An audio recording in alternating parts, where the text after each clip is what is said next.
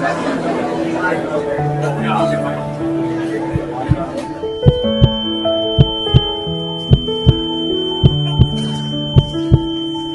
адам кенеттен құлап түседі. Жақындаған кезде ол ессіз, қалыпты тыныс жоқ, пульс анықталмайды. Бұл жүрек кенеттен тоқтауы болып саналады. Дереу алғашқы көмек көрсету қажет. Ең бірінші өзіміздің, содан кейін науқастың қауіпсіздігін қамтамасыз етеміз. Науқастың бірінші көремін, сеземін, естимін дағдысы бойынша кеудесінен қағу арқылы науқас сізге не болды, сіздің атыңыз кім деп сұраймыз. Егер жауап қатпаса, онда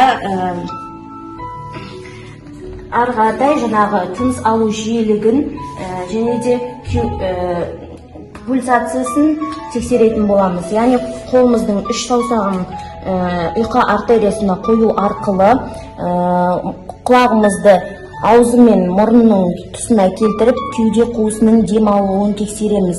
Егер ешқандай белгі болмайтын болса, яғни науқас клиникалық өлімге түсіп кеткен, ең бірінші жедел жәрдемге хабарласатын боламыз. Яғни осындай науқас, осындай жаста клиникалық өлімнің белгісі бар деп айтамыз. Одан кейін әрі қаратай жүрек өкпе реанимациясын жедел жәрдем келгенше өзіміз жасайтын боламыз. Яғни қысатын киім болса шешеміз, яғни ер адам болатын болса белбеу немесе белдік болатын болса оны да шешеміз. Және де кеуденің семсер тәрізді өсінісінің бойынан қолымызды бүкпестен 30 рет компрессия жасайтын боламыз. 5-6 метр тереңдіктен минутына 20 рет 90 градуста 30 рет компрессия жасалынатын болады. 1, 2, 3, 4, 5, 6, 7, 8, 9, 10, 11, 12, 13, 14, 15, 16, 17, 18, 19, 20, 21, 22, 23, 24, 25, 26, 27, 28, 29, 30. Одан кейін науқастың басын бір қырына бұру арқылы ауыз қуысын тазалағанбыз. Осындай мақталы дәке немесе бинт немесе қағаз болатын болса, ауыз қуысын тазалап, екі саусағымызбен, егер протез болатын болса, протезін алып тастаймыз. Одан кейін қайта қалпына келтіріп, сафардың үштік әдісі бойынша бірінші мойнынан көтеріп аламыз басын, және де бір жақ маңдайын тарту арқылы таза дәкені қойып, иегінен тартып тұрып, яғни мұрнын қысып 2 рет дем жібереміз.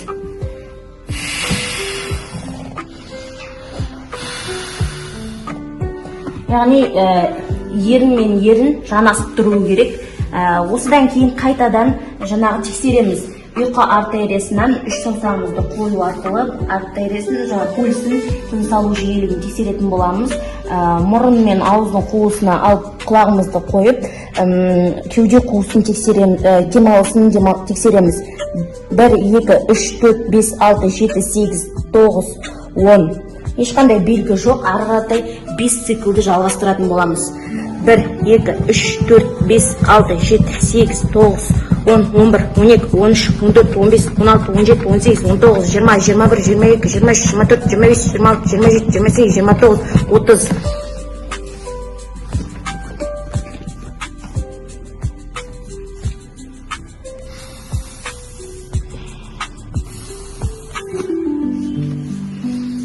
Bir, 2, 3, 4, 5, 6, 7, 8, 9, 10, 11, 12, 13, 14, 15, 16, 17, 18, 19, 20, 21, 22, 23, 24, 25, 26, 27, 28, 29, 30.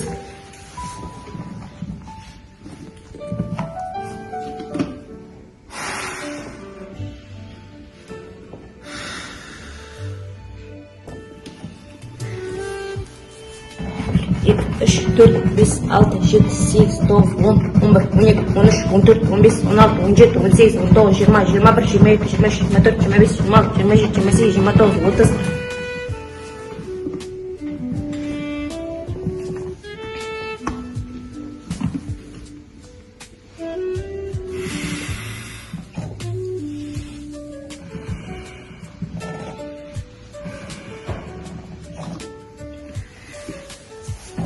1, 2, 3, 4, 5, 6, 7, 8, 9, 10, 11, 12, 13, 14, 15, 16, 17, 18, 19, 20, 21, 22, 23, 24, 25, 26, 27, 28, 29, 30.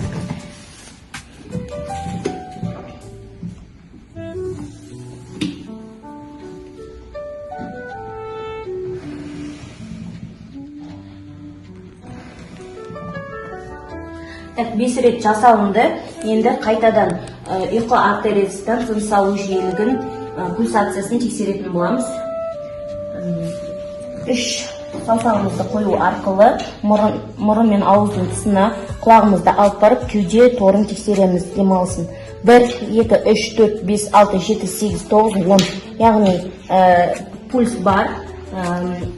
Яғни қандай да бір белгі болатын болса, науқасты қолын бүгіп, және де аяғын бүгіп, бір жақ қырынан жедел жәрдем келгенше жатқызатын боламыз.